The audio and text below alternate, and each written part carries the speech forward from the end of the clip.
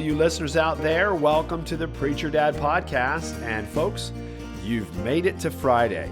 That's right, it's Fatherhood Friday. And this is the final episode for this season. We were very pleased to share some things together. We talk about everything from the most important things dads need to think about right now in our society to whether or not Star Wars is dead, what's happening with college football, a really fun and engaging discussion I hope that you'll stick around for. As always, this podcast is brought to you by Cornerstone Fellowship. Cornerstone Fellowship is that small little country church out in the middle of nowhere that you just kind of drive past and wonder what happens there. Well, why don't you stop next time? Stop next time. We're just a little north of Toomsboro, Georgia, and you can come check us out. We're on the web at cornerstonefellowship-ga.org. You can find our statement of faith, doctrinal beliefs. You can find some past sermons. And also you can find us on Facebook and you can listen to the sermon live. All right, folks, we would sure love to see you. Come on out and check us out. But without any further ado, here's the season finale of Fatherhood Friday. Well, hello, everybody. Thank you for joining us tonight. I am Jared. I am the Preacher Dad, and I'm here with our fatherhood panel tonight on this beautiful season finale evening of the Fatherhood Friday episode of this Preacher Dad podcast. So on our panel this evening is Nate Eisner, our millennial rep. He's repping the millennial generation. And Mr. Matt Stewart. Talking about me? No, I'm Gen Z, man. You're Gen Z? I'm millennial, unfortunately. Oh, I got that wrong. Matt just seems so young. I thought he was Gen Z. No, I'm sorry. Apparently I look old, so you know. Nate's representing the Gen Z portion of our audience. And Mr. Matt Stewart is a tried and true millennial, although he seems not typical millennial to me. I'm one of the oldest of the group. Yeah. Millennial. Yeah. Well, we are so glad that you have chosen to give us a little bit of your time tonight. And I just want to throw out a couple of interesting questions, some conversation starters here. And Matt Stewart, you get the first ball. I'm going to throw it your way. Hopefully it spirals and you can catch it. Not if you throw it, Jared. Well, what would you say are the biggest challenges facing Christian fathers today? What is the biggest challenge you think Christian dads are facing? Well, I'm not sure necessarily biggest, but challenges that and I'm just going to speak from myself and things that I struggle with or that I notice other Christian fathers struggling with. But really, it's just teaching your child what's true, because they're hearing lies all the time coming from wherever. I mean, if they're not on social media, it's riding down the road looking at bulletin boards, it's a commercial on YouTube, it's whatever. Like, you're just hearing lies everywhere, and they sound so good. Like, oh, that makes sense, And so, are there more lies that we can keep up with Christian fathers? Can we address them all? And so, probably not. No, we can't.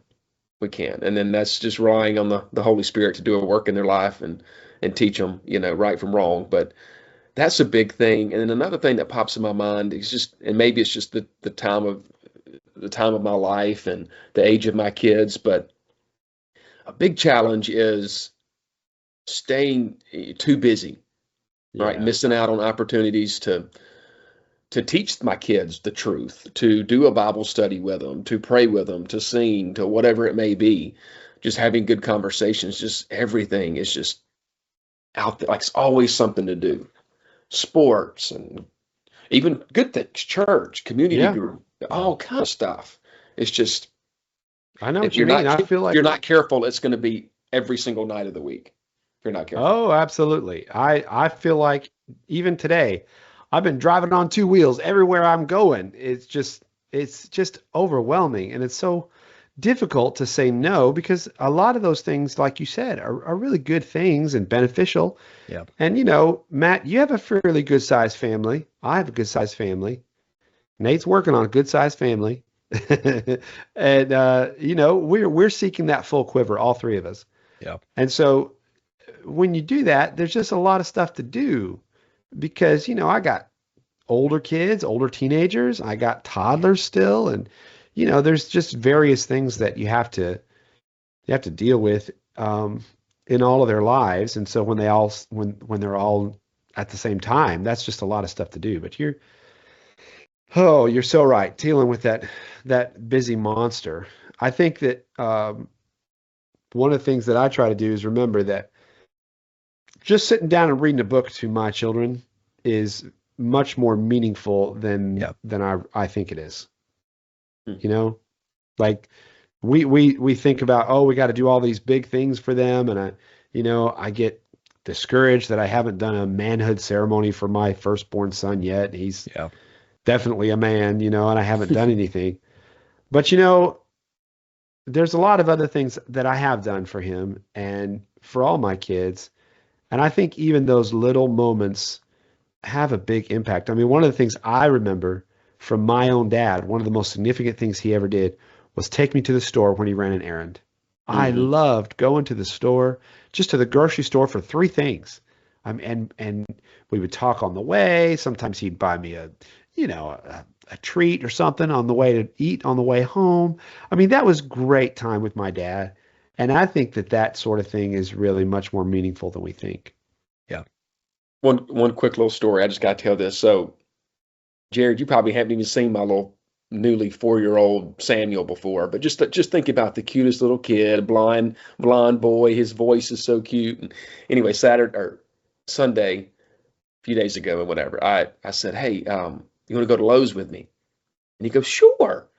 And I said, but you can stay here and play if you want to. You don't have to go with Daddy. He goes, oh, I want to go with Daddy because it makes you happy when I go with you. And then we're there, and I'm like, I'm so glad you came, buddy. And he's like, why do you want me to come? And I'm like, because it makes me happy and I love you. And he goes, oh, I love it too. And anyway, but yeah, it's just me and him. And then I said, and we get some treats sometimes too. And anyway, he just loves going places with me. He loves it. Yeah. That might change as he gets older, but well, I think that's cool that he picks up on that too. You know, that he's like, hey, well, it makes Daddy happy when I come. Yeah. And I think it's important for both boys and girls. I mean, I don't have any boys. I just have 2 girls, but I hear it a lot. I mean, obviously I listen to a lot of fatherhood, man talk stuff, all the big guys, Lovell, Freitas, all the guys. And that's a point that they drive home a lot is, both communicating with your actions, but also your words. And I think that's something Nick Freitas has talked about a lot with his daughter. He tells a story about when he was in the military, and he was somebody in his group. I'm obviously not military. I don't know the lingo, whatever, group he was in, but basically there was a guy that was just a womanizer, and he had a new woman every weekend. They were fighting over him. And he asked the guy point blank one day, he said, so how can I raise my daughter to not desire a man like you? Which, I mean, you got to have some backbone to ask that question for one. Mm-hmm. But the guy said, never tell her you love her, do nothing to express the fact that you love her, because if you don't, then she's going to come looking for that in a guy like me. And that was a very honest answer. Mm-hmm. And I probably got that wrong as far as I'm probably paraphrasing here, but he was driving home the importance of verbally communicating to his daughter, I love you, Daddy loves you. Because if she never hears those words, then it's creating a void in her heart that she is craving from her father. And it's all the more opportunity for the enemy to use that in her heart down the road. But I think for boys as well, tell them you're proud of them. Mm-hmm. But I've tried to be intentional about that. My oldest just turned 5 on Saturday, and I took her out actually to run some errands before her party. And I remember just turning around and just saying, Daddy's really proud of you. You're growing up to be a good, godly woman. I know she's only 5, but my wife and I both tried to really drive home that in her heart, that she is growing up to be a godly woman. That's what we're trying to raise her to be. yeah. Anyways, I can ramble on about that, but No, that's good stuff. I mean, that's really, yeah. it is a big challenge because the devil would like to, you've heard that acronym about busy, right? Might BUSY have. stands for being under Satan's yoke. Mm, The devil would love to make us busy with all kinds of good things, and we Mm. sacrifice the best things in favor of those good things. So it's a very real challenge, Matt, and I think it's just one that we have to just cry out to God to help us, and just remember that I could do everything perfectly right as a dad, and still my kids could turn on the Lord, and they could reject yeah. Him, and they could, you know, it's not that it's up to me to do everything right. It's up to me to point my kids to Jesus and to trust in the grace and the guidance of the Lord, um, even in even in my fathering of my kids. So Yeah. I think that's I, important to remember. I try to, keep I try to keep it all balanced. I'm just thinking like right now, my kids are doing swim team because it's summertime. And so that's a little bit of time. They all want me to plant a garden. So I did that. And of course, we know what all comes with it. That's daily work almost, especially if you're not getting any rain, you have to water it a lot. Um, and then, there's the playtime, just playing, having a good time with them. And then it's the teaching, and then it's the eating dinner with them. So I'm just trying to, like, if there's some nights where I spend afternoons where I'm like working outside for 2 hours and don't get to play with them, I try to play with them some the next night. I try to keep it balanced and do what I can. And, you know, Well, I mean, you just listed like 4 or 5 different things that you're trying to do to help your kids grow in a godly way. I mean, man, if you do 3 out of 5 in a week, I say you're winning. You got 60% of the things that you should be doing, you're doing. I think that's a win. I know what you're saying, Matt. I'm just yeah, saying, yeah, don't be too hard on yourself. We need to cheer each other on and celebrate the wins. yeah. All right. You may ask a question now? Yep, ball's in your court now. All right. So, Nate, maybe if you want to start it out or either one, but 10 years from now, what will our kids wish we had paid more attention to? Yeah. Yeah. What comes to mind immediately is probably just them.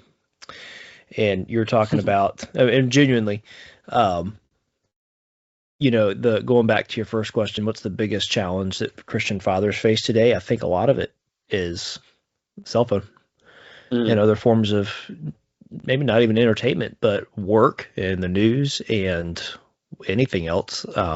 Even good, awesome Fatherhood Friday podcasts that you might be listening to. No, please keep listening. But no, for real, like I find myself addicted to my cell phone to the point where my wife and I have had serious conversations, not that we're picking on each other, but like recognizing that, hey, we need to be on our phones less. Mm-hmm. Life is moving by so fast, and we live in a culture that is it is so consumeristic, um, that our kids don't even know what life is like without these things. And um, yeah, I think that's huge. Is Oh yeah. probably paying attention to them.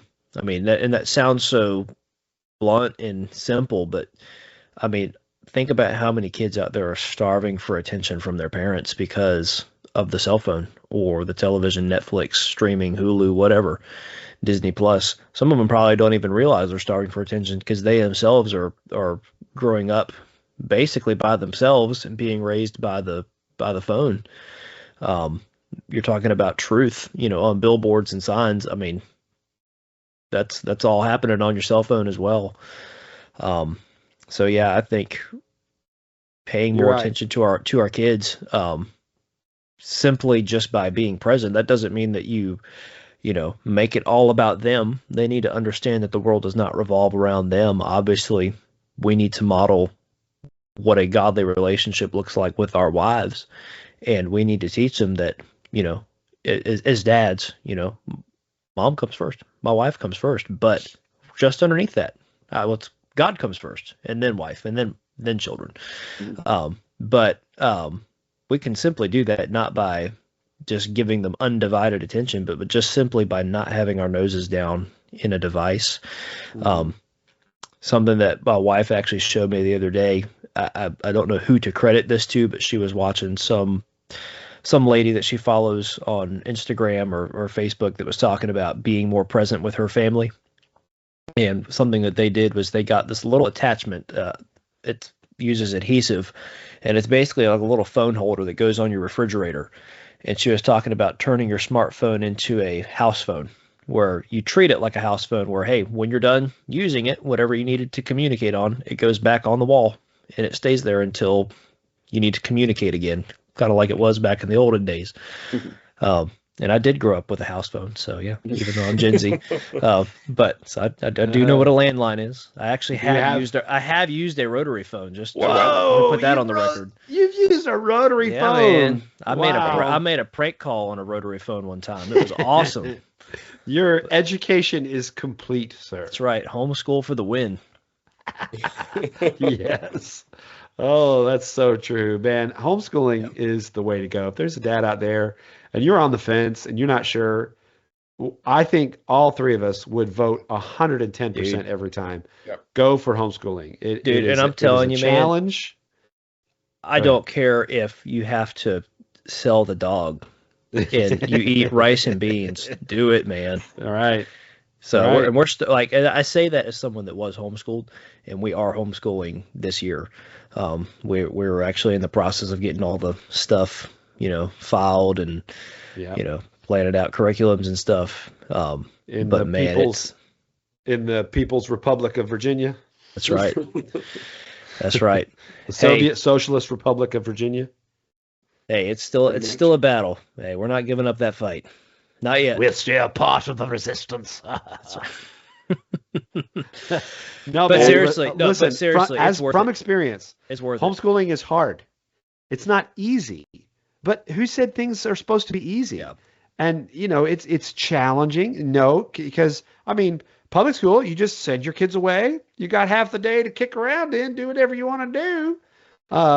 And then they come back to you and they're atheists,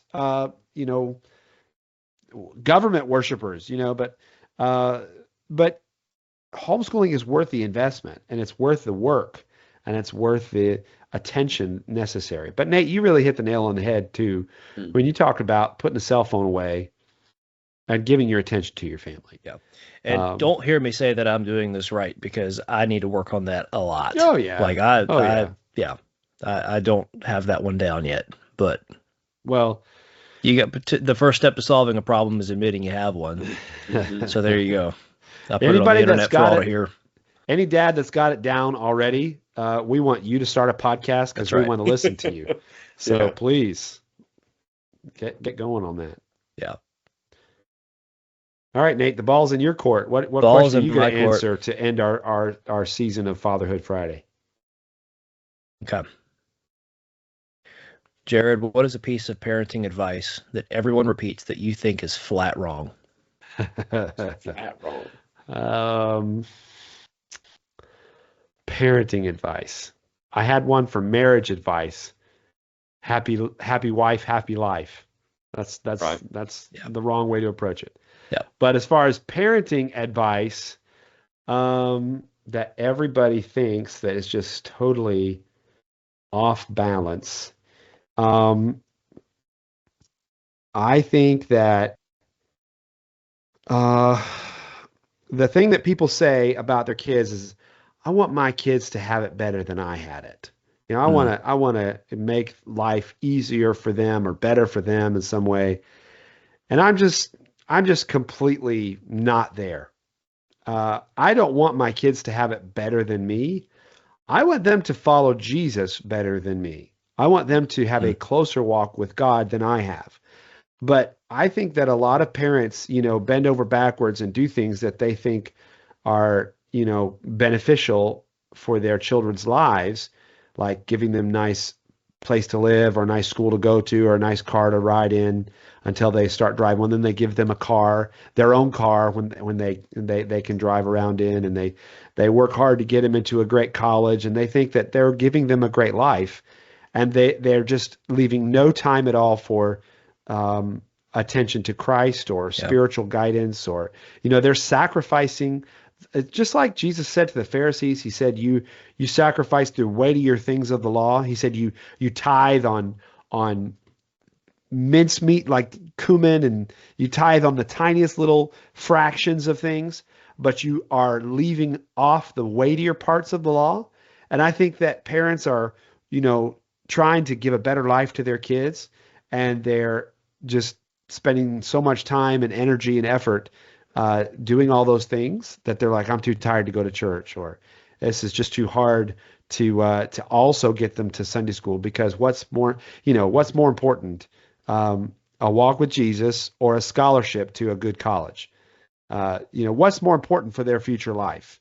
Having a deep relationship with Jesus, or getting straight A's, getting into a great college. Maybe they don't go to college at all. What would we say to that? Maybe that's not so bad. And if they have a walk with the Lord and they have wisdom. See, the Bible says, get wisdom. The wisdom is the principal thing. It says, with all thy getting, get understanding. It says, buy, sell, whatever you got to get wisdom. How hard are parents trying to give their children wisdom? Yeah. The Bible says the fear of the Lord is the beginning of wisdom. How are we giving them the fear of the Lord? What we're teaching them to do is to seek after self pleasures. We're teaching them to be fleshly and not spiritual, not Christian and godly. And I think that is a thing that a lot of people repeat, and it leads you down the wrong path. I'm just not at all there. I want to ask a follow-up to that real quick. 'Cause I've heard that phrase a lot, and I've heard it said another way. So the way you said it was, I want my kids to have a better life than I had. I've also heard people say, I want to give my kids everything I didn't have. Mm-hmm. And so, Jared, what sparks into my mind is that consumer thing again. Well, we were dirt poor growing up, and we didn't have the toys, we didn't have the vacations, we didn't have the house that we couldn't afford, we didn't, what would you say to that? On the more materialistic or materialism, consumeristic mindset of like, I just want to give my kids everything, up until the point where they almost, get everything handed to them on a silver platter. What are your thoughts there? Well, I understand the emotion, because I love to give my kids things. I love to do things for them and make, see them with joy and gladness. That's worth a lot to me, and I like doing it. So I understand the emotion there to want to give them all these wonderful gifts, but it's misguided, because it's focused on material things bringing you true happiness. Yeah. And that parent that says that believes that because they didn't get to go on vacation all the time every year, or they didn't have new shoes and new clothes, that somehow that poverty hindered them from true happiness. So they've spent all this time seeking material things to bring them happiness. And if that is a Christian that thinks that, they have completely misunderstood biblical values. And that is the fastest way to become unhappy, and to make your children unhappy with you and discontent, because what your children need is not more stuff. They need more parent. Yeah. They need more of you than they need stuff. And I think kids that grow up and say, we didn't have anything. We were always wearing hand-me-down clothes, and we never did all these fancy things. We drove jalopies and lemons and did all this stuff, but we were so happy. We were so glad. We were so, we never felt poor. People say that because those kids had good parents. Yep. Parents that were investing in them, parents that were spending time with them, parents that were paying attention to them and helping them to see, hey, you can be content with nothing. Yeah, I think you nailed it. I mean, it really just hits at the heart of discontentment. I think if you have come to the conclusion that, happiness is found in all the things you didn't have, I think you just are looking back at your life and wishing that you had, I guess it's covetousness. Really. Mm-hmm. Mm-hmm. You're coveting what you didn't get, what you wish you had. Yeah, I think I'm sorry, Nate. that was it. I was done. Jared, so you're not saying though that you don't want your children to be successful, right? Because you do want them to get a good job and to make money. Hey, adventurers, ready to level up your outdoor game? At Goose Feet Gear, they're committed to keeping you crazy warm without weighing you down. I've known the founder and owner, Ben Smith, for nearly 2 decades, and his commitment to quality is outstanding. Their custom down socks, jackets, and pants are made in the USA and packed with premium 850 plus fill power goose down. Perfect for backpacking, camping, or hunting. Tailored to you with 10% off if you use the promo code FATHERHOOD. Check out goosefeetgear.com and feel the ultralight difference. That's goosefeetgear.com. You know, and maybe make more money than you. Like that would be a good thing. That's just not the priority. Like that's not what you're going to Right. focus on. But you're still going to teach your sons how to use their hands, how to work hard, how to use their brain to solve problems. Like you still want all that to happen, and you're going to Sure. help your children. I just wanted to clarify that because Oh, absolutely. Yeah. Yeah. Thank you for that. I'm Yeah. not saying that we shouldn't teach them to prosper in the world, and that, if they somehow figure out a way how to make a lot of money, praise God. Jesus is trusting you with wealth. yeah, If Jesus trusts you with riches, you are a godly Christian, because it is hard for a rich man to get into the kingdom of heaven. But, Yeah. I think that teaching, you're right. The emphasis needs to be on serving Christ, honoring him, glorifying him with my life. And then, if God blesses you financially, great, but the focus is not material wealth. Yeah. And I think a lot of parents get stuck into that materialistic idea. Even Christian parents are like, oh, I just want to make sure they're happy and they get into a good school. And if they Yeah. get into a good school, they'll get a good job. If they get a good job, they'll be happy. No, no, no, no. And it's like, why are we pursuing happiness so hard? yeah, God didn't put us on this earth to be happy. Happiness is a byproduct sometimes. But we walk in the joy of the Lord even through sorrows. Christians have hard lives because the devil doesn't like us to be Christians. And so he'll come after us. But parents seek after happiness for their kids. They should be seeking godliness for their kids, wisdom for their kids. Look at the scriptures. What does the scripture say you should give to your children? It doesn't say, it says give them houses and, inheritance is from the Lord. That's fine. That's a good thing. But the purpose of those things is not to make you happy. The purpose of those things is to bring glory to God, to advance his kingdom, to bring others into the kingdom. That is the point, I think. And I think that a lot of parents are missing the point. And again, I'm not saying I got this down or I'm great at it. I'm just saying that's one thing that a lot of people think that is wrong. I think it's good though, like, because, the first half of what we were talking about of being content when you don't have a lot, when you do drive the junker, when you do have enough money to buy the basics, and you don't, like, there's that side, but then there is such a thing as godly ambition. There is selfish ambition, but there is godly ambition. And kind of like Matt, what you're talking about, you do want to teach your kids to be at least how to be a productive human being. And we just so happen to live in a country where you really can. I mean, you really can be successful, but that's a two-edged sword. And I think really at the end of the day, like, there are two sides of that coin. And I think it's a really beautiful tension at the end of the day, because I guess that's the straight and narrow, man. I don't know how to articulate that any better, but That's a good way to put it. yeah. Straight and narrow. Yeah. Yeah. Because I mean, there's a, man, there's this term, content creator. I'm a content consumer, man. I just listen to podcasts. Let's be real. Like, I'm a fan of so many podcasts, but there's a guy I love listening to. I brought him up before, Joby Martin. He's a pastor in Florida, and he loves to harp on a old Scottish proverb that he heard one time, and basically that is, for every mile of road, there's 2 miles of ditch.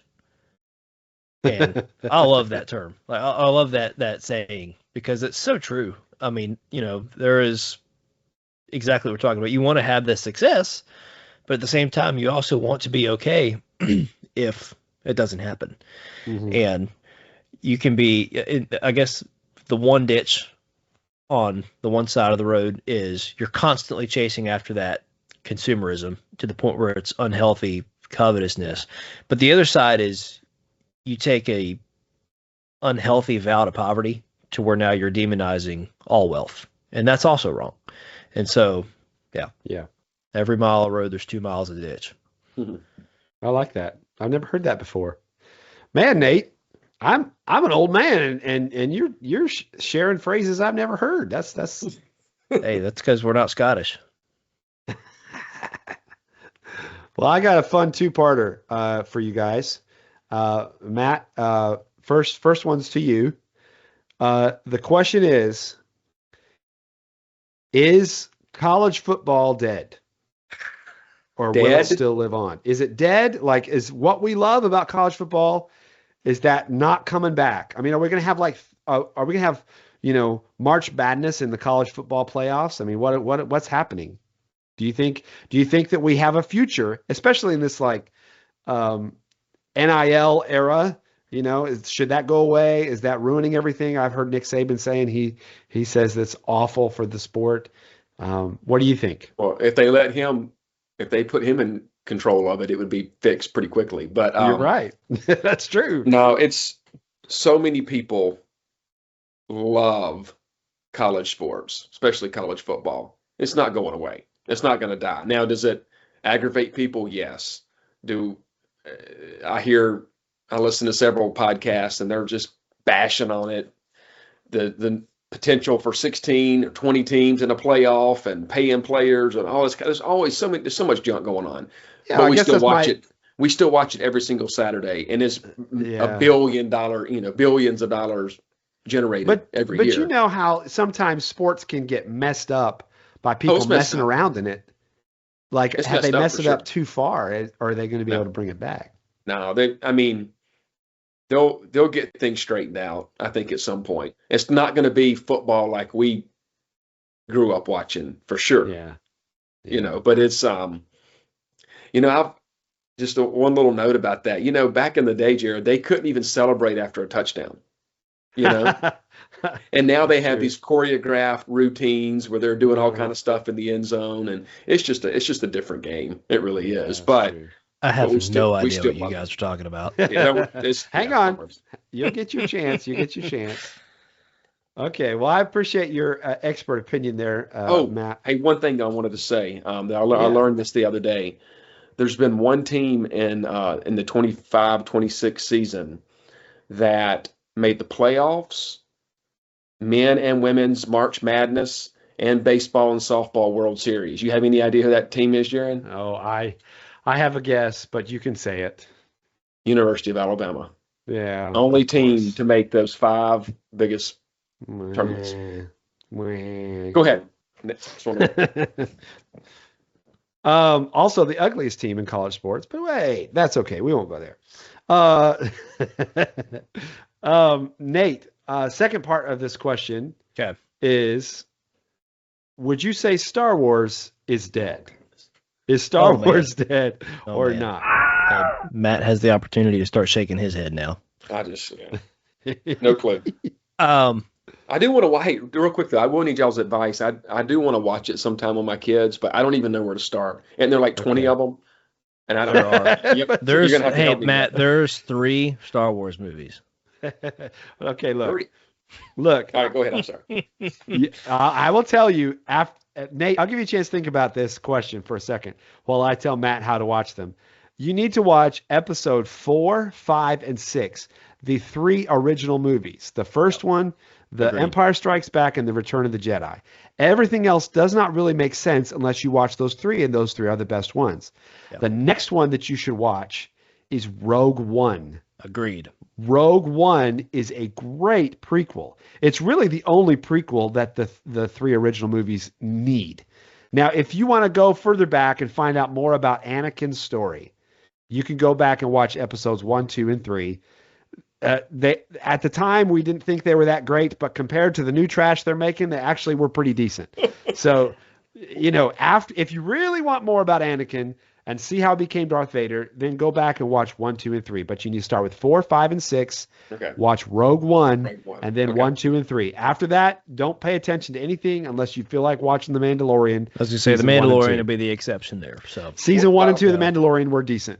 Quick question. What's the age range? Like what age kids start out with? For the originals is probably okay. So here's my guardrails for the original because we just watched them not that long ago. There is minor cussing in all three of them. Minor cuss words. Episode 6 has some nudity, or borderline nudity. So it's very not skimpy, very skimpily dressed. Let's put it that way. Yeah, a super skimpy outfit. Enough that I would not allow my son to watch it. Yeah. Return of the Jedi, there's a whole section that you need to skip on Jabba's. And I don't have a son, but still, Yeah. hypothetically. It's a whole section where Leia is in a slave girl outfit. So when she's in that outfit, you just kind of need to skip to the next scene. And that's in 6? That's in 6, Return of the Jedi. You skip that one. And you're not going to miss much of the story. You really won't. Yeah. We've skipped it for years, and it's not that big a deal. Now, as far as age range, I would say it depends on the child. There's a couple scarier things. So I would say if a child is between 8 to 10, they could probably do it. Everything. Any younger than that, you might want to watch it first and figure out, okay, I probably don't need to let my 4-year-old see the Rancor eat somebody. So yeah, stuff like that. But anyway, Nate, Star Wars, do we get? Is it dead? Is it gone? Or can it come back? So the fact that they have Dave Filoni in there now, calling some more heavy shots, I think there's a chance. Okay. But I will be honest, my faith has been severely damaged. Yeah. I feel like, I'm trying to remember how old I was when The Force Awakens came out, but I was very excited, and I rode that wave of excitement of, oh my gosh, these are the best movies ever. And then, because, we were all excited for more Star Wars movies. Yeah. And then you go back and you watch it when it's not in the theaters anymore, and you're like, this is really a pile of crap. So, yeah, that's my opinion on it. We watched, I was not, I can say that I'm really not a fan of any of the 3 sequels. I think of all of them, I don't know. I'm not a huge fan of the 3 sequels. The Mandalorian was pretty good. The first 2 seasons, like you said. Rogue One was phenomenal. That's probably, I think Rogue One and The Mandalorian are probably the best things they've put out since Disney acquiring it. Yeah. But yeah, it's. I can tell you this. I haven't seen The Mandalorian and Grogu yet. Oh, I've heard. I kind of want to see it, so I get my own opinion about it. But I've heard people say it's not worth the money. I never watched Andor. I watched part of Obi-Wan. Andor wasn't awful. It had some liberal mumbo jumbo in it, and stuff, but it wasn't awful. Anyway, what I want to say is this: I have actually heard a rumor that may have a little bit of legs. That they're going to retcon episodes 7, 8, and 9 and make it so like Luke wakes up from a dream that he had, that all of that stuff happened. That would be awesome. That would be awesome. They would be the champion best thing. That. I would champion that. I am on that team. I would love to see them do it. But fine with me. Yeah. I think that's about the only chance it has. I mean, honestly, here's the deal. The Force Awakens was basically a remake of A New Hope, but they at least set up some halfway decent character development to where they could have taken the story anywhere they wanted to go, and then Rian Johnson just crapped all over that idea, and then J.J. Abrams had to come back and try and tie all those loose ends together, and he made the best of what he could. So that's my thoughts on the sequel trilogy. Yeah. But thank you very much. Jared, one final question for you. Okay. And I think we'll be done. Why should you try to fill your quiver with a bunch of kiddos? Like why I know are the kids first part of good? his answer. Dad, Yeah. Dad, close your kid's ears for a second. Yeah, I know the first part of his answer. Because, okay, 3, 2, 1, here it comes. Because sex is fun. And it's more fun without a condom. Okay, let's just say that. No, we're gonna clip that. That's going on the reels. That's going to be in it. No, man, this is a Shorts. PG episode. No, I want to say that why should a dad fill his quiver? Because why would you not want to have as much impact upon the future as you can? Yeah. I would ask this question too. You guys have kids. A lot of the people I talk to about this have kids. And I'll say, look, your children are a lot of work, right? I mean, it's a lot of headaches and a lot of challenges and a lot of heartaches and a lot of sorrows, but there's also a great deal of joy that comes to your life, a lot of blessings, a lot of happiness, a lot of cuteness, hilarity. I mean, just keeps you young, all kinds of good things that come to your life because of your kids. You get more benefit from those children than you do hard work. Like you're putting a lot out, but you're getting a lot back too. Your return on investment is incredible. And that is true no matter how many kids you have. So why would you not want to have more of that blessing?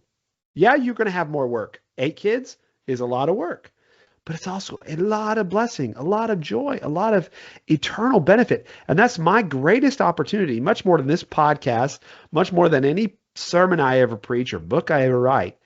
My greatest opportunity to have an impact upon the future is through my children, through the legends that I set in their lives, the culture that I develop in our families, and the way that I point them to Jesus. That's my greatest opportunity for impact. Why would I not want to have as much as I can? I want to have as much impact upon the future as I can. And to get there, I need to have more kids. And to get there, I need to be more persuasive and more suave and more seductive to my lady. Can I add to that real quick? Yeah, go ahead. My wife and I just went to the homeschool conference or convention in Richmond, and Nick Freitas was there, and I had the opportunity to ask him not the same question, but something that was fairly related. At least his answer was along the lines of what you just said there, Jared. But I asked him, how can us dads with small children be involved in politics and make a difference in the world? And the heart of my question was, and I articulated this to him, was I feel a responsibility to leave a better country than I have now to my children, or at the very least know that I didn't abdicate my role in protecting the freedoms that we have been given by God. But that's really difficult when you have small children in a very small amount of time in your margin, because you do need to maintain that relationship with your wife. You do need to maintain that relationship with your kids. So we can't just be out protesting all the time and campaigning and just be gone. We actually have to maintain a house at home. So like where is that tension? Where is that balance? And his answer was, do not underestimate the impact that you will have on society by simply raising godly children, by simply teaching your children to follow the Lord, by simply homeschooling your children and teaching them the Constitution, teaching them the rights that God has given them, teaching them American history, teaching them the truth. And he said this line a handful of times throughout his speeches, and I've heard it say it a few other times. And I'm going to paraphrase again because I don't have a great memory. But it's something to the effect of, you show me a generation that loves the Lord and protects freedom, and I will show you a nation whose politics you don't have to worry about. Because at the end of the day, the conservative side, the Christian side, is having more children than the other side. Mm-hmm. And so the issue that is coming about now on the left-leaning side is, because they are not having children themselves, they now have to indoctrinate the other side, because they don't have anyone that they can raise up in their quiver full. But anyways, so Amen. Wanted to add to that there. But I can hear my kids screaming outside my door, so we should probably bring this episode to a close. I think you're right. Well, we're sure thankful for everybody out there that's been tuning in and listening in. all 24 of you. Hey, 24. We're so grateful for those of you that have tuned in, listened in, commented, everyone that's made a comment or sent us an email. We sure are grateful that you're out there. And if you want to reach us, you can do that at dads@preacherdad.com. DADS @preacherdad.com. We would love to hear from you. We might even read your comment on the air. And otherwise, we would appreciate it if you would like and subscribe to this video if you feel we've earned it. But God bless you, and we look forward to seeing you on the next episode of Fatherhood Friday, whenever that may be.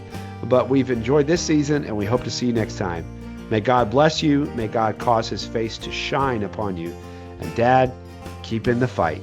Don't give up. We're behind you. Have a nice evening. Bye-bye.